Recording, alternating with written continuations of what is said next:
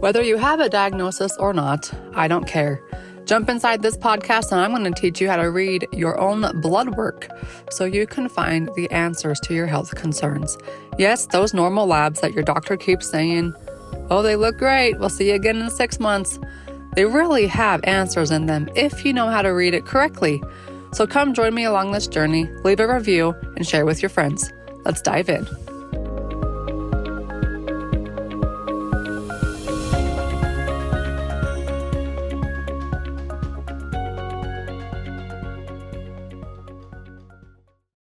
Five videos in, we've done the CBC, the metabolic panel, the thyroid panel, the lipid panel, the iron panel, and additional markers like blood glucose, vitamin D, inflammatory markers like HSCRP, which is the most sensitive, as they call it. It's like the gold standard of inflammatory markers, HSCRP.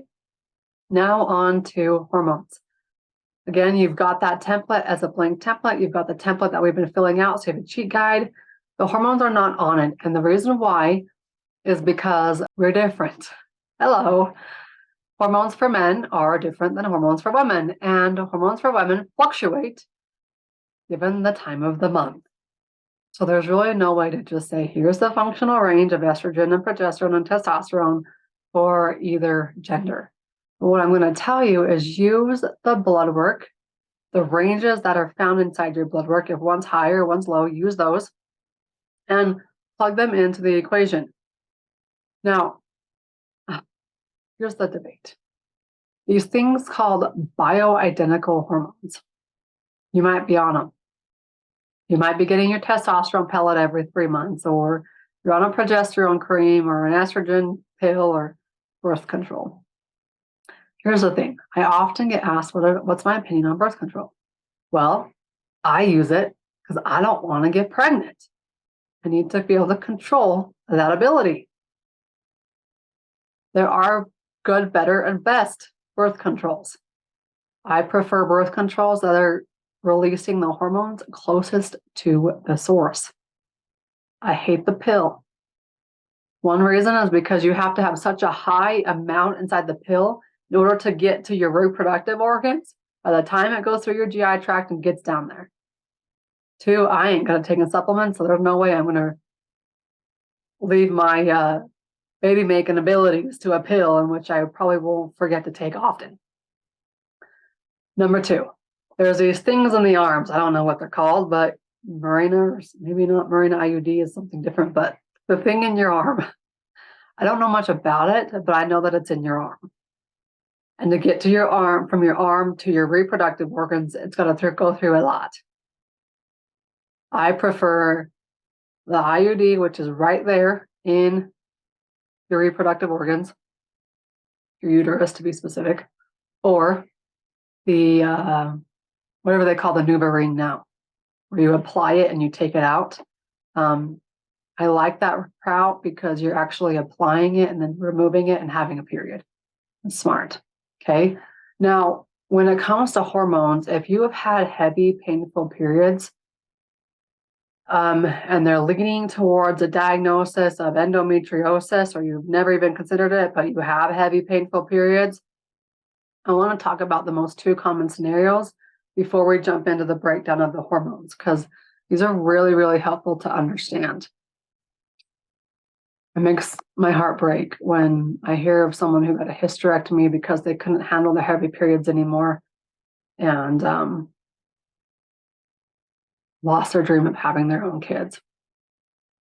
Okay, so we're talking heavy, painful periods. Whether you want to call it endometriosis or not, I really don't care. Okay, now this is typically an estrogen problem. Here's why. Estrogen goes through our liver, hangs out in our liver for a little while. If the liver is so busy doing other things, the estrogen will then just go back into our bloodstream and continue to get higher and higher and higher, meaning your periods keep getting worse and worse and worse until finally you're like, I'm done. I can't take it anymore. Just relieve me. The way that they balance this is they give progesterone.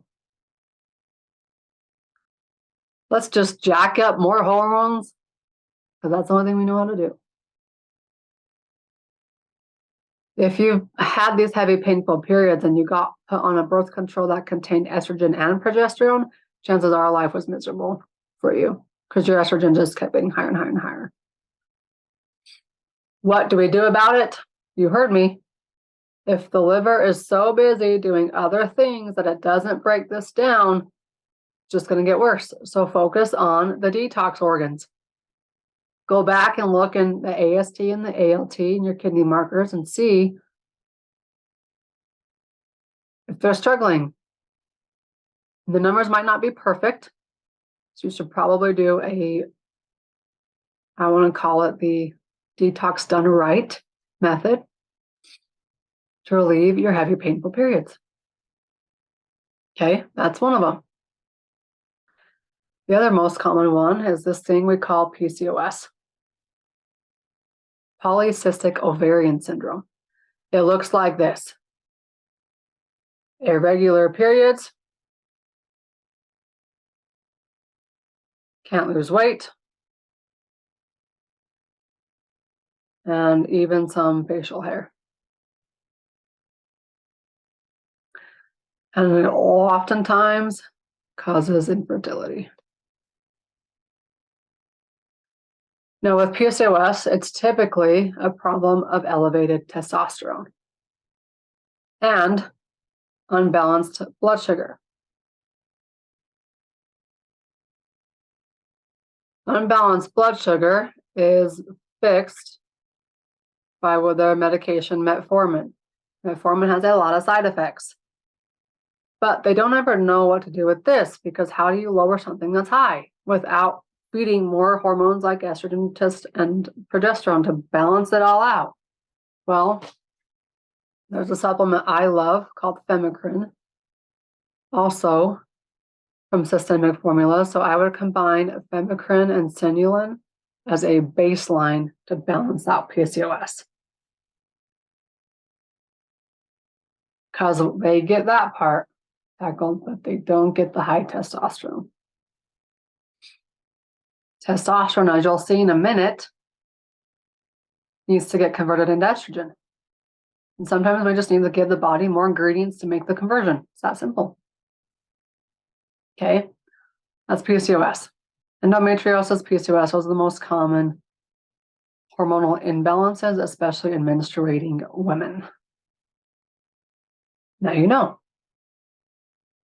Okay, I often get asked about menopause, premenopause, menopause, most postmenopause, hormones in general. If you have low T, if you have low E, whatever your story may be, you need to understand this. It's a very simple breakdown. Oh, dang it, the wrong button. Of your hormones. Okay. Remember, cholesterol is at the top.